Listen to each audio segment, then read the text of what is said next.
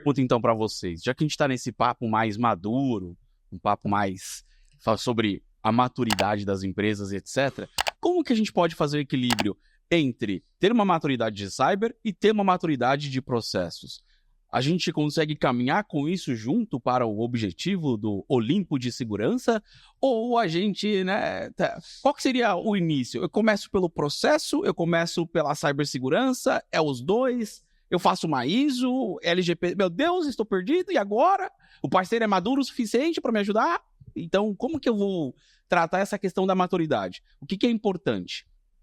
O processo é importante, a tecnologia é importante, mas como eu posso me tornar maduro o suficiente para conseguir tratar os meus incidentes e para conseguir ter resiliência cibernética? Eu acho que, só para jogar uma ideia aqui, acho que primeiro tem um shift cultural que eu enxergo. Eu estava até totalmente não relacionado à cyber, mas conversando com uma pessoa da área de saúde, falando, olha, nos Estados Unidos, como eu já estou lá há muito tempo, né, existem uma série de processos que, aí me corrija se eu estiver errado, que eu nunca ouvi falar que tem no Brasil. Por exemplo, quando você, né, o casal engravida, né, você tem acesso a um monte de coisa, tanto do governo quanto dos hospitais, curso de amamentação, curso de primeiros socorros, né, de CPR. Pô, eu fiz vários cursos quando o meu primeiro filho nasceu, como desengasgar a criança, como não sei o quê, como... Padrão, é a cultura. Cara, você vai ser pai, você vai ser mãe, você tem que saber desengasgar a criança. Eu acho que às vezes no Brasil a gente passa um pouco para aquela cultura de não vai acontecer, não vou precisar disso. Depois, né, depois eu me preocupo. Na hora a gente, né, pô, a gente é brasileiro, a gente dá um jeito. De verdade, a gente dá um jeito. Mas será que é o melhor jeito? Será que se eu tivesse já o conhecimento, se eu tivesse me preparado, se eu tivesse treinado, né, esses cursos de desengasgar a criança, pô, você treina. Tem lá, não num bebê de verdade, né, mas tem lá uns bebês assim, para você treinar, como que você faz, né? Então, acho que é um pouco de shift cultural. Acho que começa um pouco por aí. A gente vai um pouco, às vezes, na linha do jeitinho brasileiro, né? Como a gente tem essa característica, que é uma característica positiva de conseguir se adaptar, conseguir achar uma forma. A gente até fala disso sempre, né? Quando a gente olha para os fabricantes, tem uma pessoa para falar daquela solução, do parafuso daquela solução. Quando a gente olha para a estrutura da Icon, tem pessoas como a Alexandre que fala de 20 soluções, né? Então a gente se vira, isso é verdade. Mas será que é a melhor forma? Nesse cenário de crise? Quer dizer, na hora que o prédio está pegando fogo, aí que eu vou descobrir onde que está a mangueira, como que o sprinkler funciona, eu vou checar, né, se tá... Pô, não, né? Não é. O jeitinho brasileiro está documentado, né? Eu tenho o meu mapa de processo da cadeia de valor da companhia, né? Documentado e na cabeça, né? Porque não adianta também na hora da crise falar, pega o manual lá, não. Vamos ver, agora o que tem que fazer? Experiência, né? Mas eu falo assim, ô piloto, o avião tá caindo, deixa eu olhar aqui no manual aqui para você. Mas o William falou um negócio interessante. Pô, o cara não tinha o mapeamento da arquitetura de sistemas, né? Pô, o que eu tenho que religar? Né? O que eu religo primeiro? Então, assim, documentar processos para mim, né? Mesmo que você tem que ter na cabeça, também treinar as pessoas, porque, pô, legal, fiz um mapeamento de processo, desenhei minha cadeia de valor, fiz os procedimentos, tenho as políticas, mas não treinei ninguém. Na hora de crise, vamos falar assim, de uma crise física, né? O prédio está pegando fogo, está acontecendo alguma coisa do tipo. A reação tem que ser instintiva. Tem que estar já na cabeça de todo mundo. Cara, tem que acontecer tais e tais coisas. O War Room vai funcionar assim, você vai fazer isso e... Ritos, né? Os ritos, esse é o plano de ação, isso é prioritário, já vamos... Se for sentar para ir aí, vamos começar agora... E eu não me lembro o nome da pessoa que esteve aqui, mas o fundador da Logical IT, ele falou muito isso, né? Poxa, falando um pouco ele relacionou isso um pouco com a geração atual, né? Mas tem total relação com isso. Ele comentou, poxa, o cara de hoje, ele faz uma prova de certificação lá, mas ele não sabe trabalhar. E aí, quando chega na hora, ele vai abrir um livro para ver como resolver um problema crítico, né? É isso que acontece nas empresas nesse sentido, né?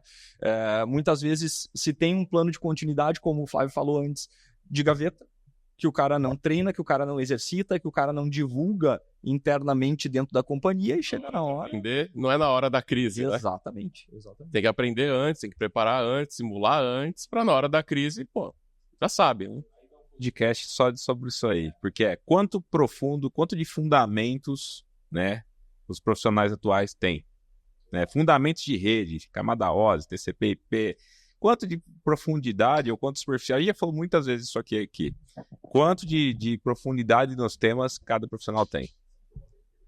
Deixa eu só fazer um gancho ainda sobre o assunto anterior, Fábio, mas esse aí é um que eu queria abordar hoje, assim. E falando um pouco dessa questão de maturidade, né? Eu acho que a gente teve um grande divisor de águas no Brasil e talvez no mundo inteiro, que foi o WannaCry, 2017. Acho que ali foi um choque muito grande de cibersegurança global. Acho que ali que a palavra cyber surgiu, né? Exato. Cyber antes era antivírus. Olha, de seguro de cyber também. Então a gente teve uma inflexão da curva de cyber em 2017 com o WannaCry. Poxa, eu participei da criação de áreas de segurança de muitas grandes companhias no Brasil. Uma delas foi a GetNet. E a gente via, poxa, a gente estava à frente do tempo, né? Criando área de segurança, de cibersegurança. E como é que eu vou dizer assim? A gente não via esse movimento geral no mercado. E quando começaram esses ataques de ransomware, que as empresas começaram a despertar para isso, começou a parar negócio e os executivos das companhias começaram a olhar para o lado, poxa, tá chegando perto. Aí quando vieram uma empresa, né, falando do Sul lá, era uma empresa do Paraná, era uma empresa de São Paulo. Antes a gente só ouvia falar Estados Unidos, Europa, não sei o que, começou a chegar. Quando vê, no Sul, o grande divisor de águas foi Lojas Renner. Foi amplamente divulgado no mercado, né? Não estou dando detalhes sobre o caso, mas Lojas Renner foi um divisor de águas lá no Sul. O que eu recebi de ligação de CISO naquela noite das Lojas Renner foi absurda. O que eu tenho que fazer para não ser uma nova Lojas Renner? E, poxa, cara, como é que eu vou dizer pro cara numa ligação que ele tem que fazer? É um trabalho de 5 anos, muitas vezes de 3 anos de maturidade de segurança. Não existe fórmula mágica, não existe o que eu vá ativar uma flag lá no teu ambiente que do dia pra noite tu vai estar protegido, né? Né? Você não vai correr uma maratona de um dia pro outro. Exatamente. Pro Pablo Marçal. Né? Aí esse posto. Aí a gente esquece, né? Ele vai e consegue resolver todos os problemas só instalando um drive. Mas eu queria deixar uma reflexão para os nossos queridos ouvintes e para quem está assistindo. E se você está na faculdade, se você está procurando um parceiro, se você é da área de cibersegurança, entenda, maturidade, como a nossa bancada colocou, não é uma questão de você estar ou não preparado, mas é do quanto você treinou para estar apto a responder de forma correta a todos os problemas. Seja um incidente de cyber, seja qualquer coisa que aconteça no seu ambiente. O segredo é treinar a exaustão para criar a resiliência. E isso é o que vai te ajudar. Podemos definir que maturidade, então, é você treinar exaustivamente tudo aquilo que você criou e que você planejou e que às vezes não é executado como deveria. Então, um bom treinamento vai salvar a vida do seu bebê ou o seu ambiente de tecnologia.